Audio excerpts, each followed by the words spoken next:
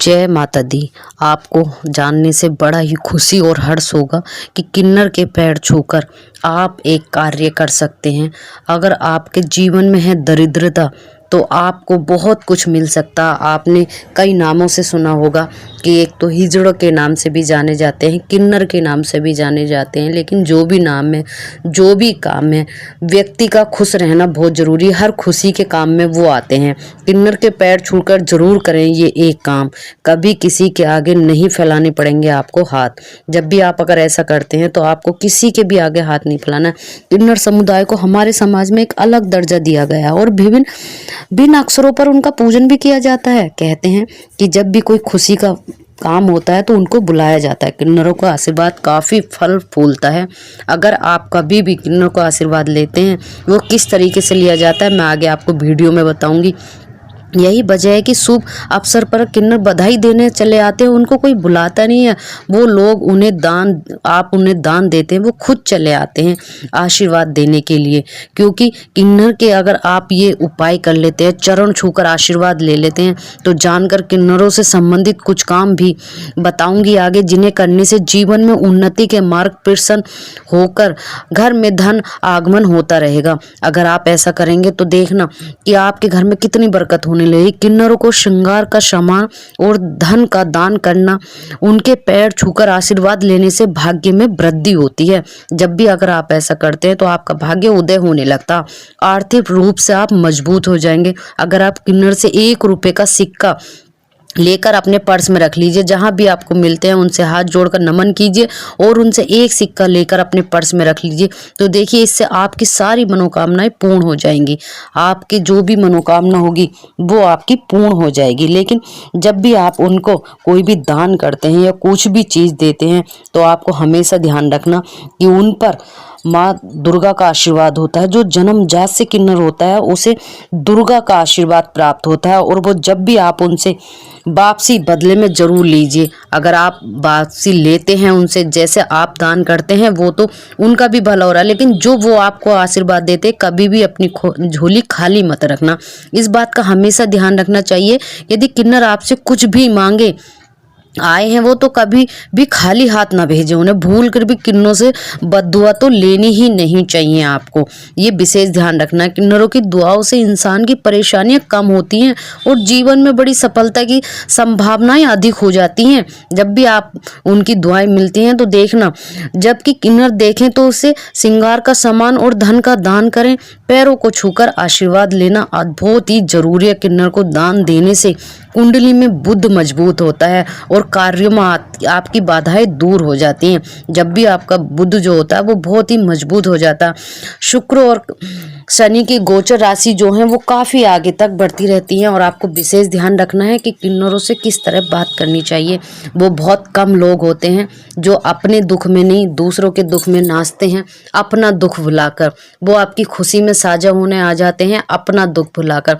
जब भी आप कोई भी दान देते हैं तो उन्हें आपको विशेष बातों का ध्यान रखना, जिससे आपका नसीब और भाग्य खुल जाएगा। वीडियो पर पहली बार आए तो लाइक और सब्सक्राइब जरूर करिए। और मैं आगे बताऊंगी कि किस तरह दान करना चाहिए आपको।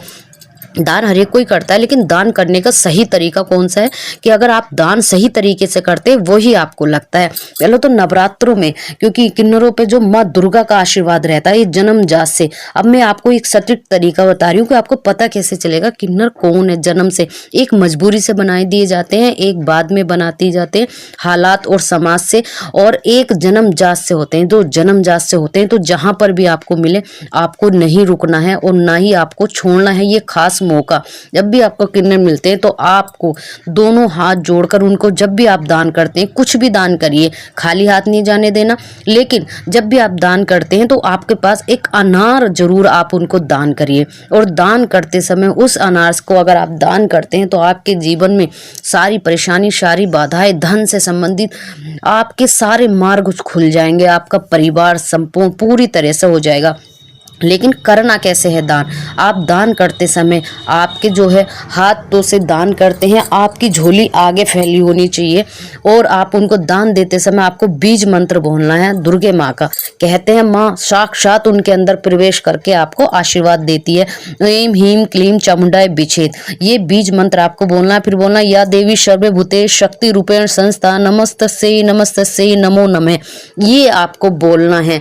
और बोलने के बाद उनसे वापस आपको क्या लेना है, खाली नहीं लेना। आपने दान दिया उनके लिए, अपने लिए, अपने कर्मों के लिए कि आप उनको दान दे रहे हैं, लेकिन उनसे आपको लेना भी है। खाली हाथ उनके आगे से नहीं हटना है। आपको क्या लेना उनसे, अक्षत्र यानी चावल, सिक्का, जो भी वो दे खाली नहीं रहना। अगर चावल अक्षत्र या सिक्का देते हैं तो ये बहुत ही धन के प्रति बहुत ही, उनसे कहिए कुछ भी जो आपकी श्रद्धा करे, जो आपका मन करे मुझे वापस दे दिए, और झोली फैलाकर उनसे लीजिए। जब भी वो देते हैं तो धन की छप्पर फाड़ बरसात होती है, आपका जीवन आगे बढ़ने लगता है, रास्ते के मार्ग खुल जाते हैं। आपको लगता है कि हम बहुत ज़्यादा परेशान हैं, बहुत मेहनत करते हैं, धन रुकता ही नहीं है, टिकता ही नहीं है और आप बहुत ज़्यादा विचलित परेशान रहते हैं, तो आपको दान करने का ये सही तरीका है। लेकिन अगर ये चीज़ आप नवरात्रों में करते हैं, कहते हैं माँ साक्षात नवरात्रों में हर एक पर अपना कृपा बनाए रखती हैं, तो ये नवरात्रों में अगर आप करते हैं तो ये बहुत ही उत्तम है। और बाकी तो आपको 12 महीने साल के पूरे दिन किसी भी दिन अगर मिलते हैं तो ये मौका आप जाने ना दें। खासकर आपको खुशी में साझा होने के लिए, जो बने हैं मजबूरी से बन जाते हैं उनके बारे में मैं कुछ नहीं कहूँगी, लेकिन आपको पता कैसे चलेगा, आपको सही पता चलेगा उनकी ताली से कि वो जन्म से हैं या बाद में बना दिए गए हैं या मजबूरी से बन जाते हैं। लेकिन जो भी है उनको जहाँ पर भी आपको मिलते हैं सत सत नमन है उनको। और कहते हैं ऐसा जीवन व्यतीत करने के लिए भी धन्य है वो, जो इतना अपमान भी करने के बाद जीवन आगे बढ़ाते हैं। जो भी आप दान करते हो उससे वो खुशी खुशी अपना जीवन यापन करते हैं और खुशी से आपकी खुशी में नाचने आते हैं, अपना दुख भुलाकर आपकी खुशी में सहयोग करते हैं, अपना गम भुलाकर। तो उनके लिए सत सत नमन है। और जहाँ पर भी आप अगर ये कार्य करते हैं उनके चरण छूकर, उनको नमन करके, उनको दान देकर, तो आपके घर से सारी दुख दरिद्रता परेशानी निकल जाती है। और आपने सुना होगा खुशी में कब आते हैं, जब बेटा होता है घर में तब आते हैं, या शादी होती है तब आते हैं, जब गृह प्रवेश होता है तब आते हैं। लेकिन बिना बुलाए ही आपकी खुशी में नाचने चले आते हैं, आपके लिए इतना खुश रहते हैं। तो उनके लिए आपका भी कर्तव्य बन रहा है कि कुछ ना कुछ उनसे करें। और कहते हैं खाली झोली आपकी कभी उनके आगे से वापस मत करना।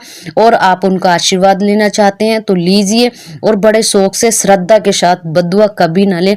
एक ये पुण्य का काम है आपका, और आपके जीवन में खुशहाली ही खुशहाली होगी। जब भी आप अगर आप देखते हैं तो आप वास्तुशास्त्र के अनुसार भी इसको देख सकते हैं, या एक प्रथा अलग की तरीके से हमारे समाज में इसे हटकर भी देखते हैं तो भी ये उत्तम है। तो आपको जब भी मिले ये चरण छूकर दान करके, उनको नमन करके आप ये उपाय करके देखिए, आपके जीवन से सारी दुख परेशानी सब मिट जाएंगी। जो मैंने आपको बताया सिर्फ आपको ये करना है, और करके प्लीज़ मुझे कमेंट करके अवश्य बताना कि आपको कितना फ़ायदा हुआ है। और आपकी ये आस्था, लेकिन सारा काम आस्था का है, आस्था आपकी बनी रहनी चाहिए हर, और जिसमें ऐसे इंसानों को नमन करना चाहिए क्योंकि जिसमें भगवान शिव और माँ गौरी का प्रतीक हो, ऐसे पुरुषोत्तम के लिए तो आपको बार बार नमन करना चाहिए, ऐसे लोगों को बार बार नमन करना चाहिए। और कहते हैं वो हर जगह हर पल हर क्षण आपके साथ हैं। तो देखिए जहाँ पर भी आपको मिलते हैं ये उपाय करके देखिए, और प्लीज़ मुझे कमेंट करके अवश्य बताइए। आपने वीडियो बहुत देखी होंगी, लेकिन मेरे अनुभव को भी मैं आप लोगों के साथ साझा कर रही हूँ। जिस चीज़ से मुझे फ़ायदा होता है मैं वही चीज़ आप लोगों के साथ भी शेयर करती हूँ।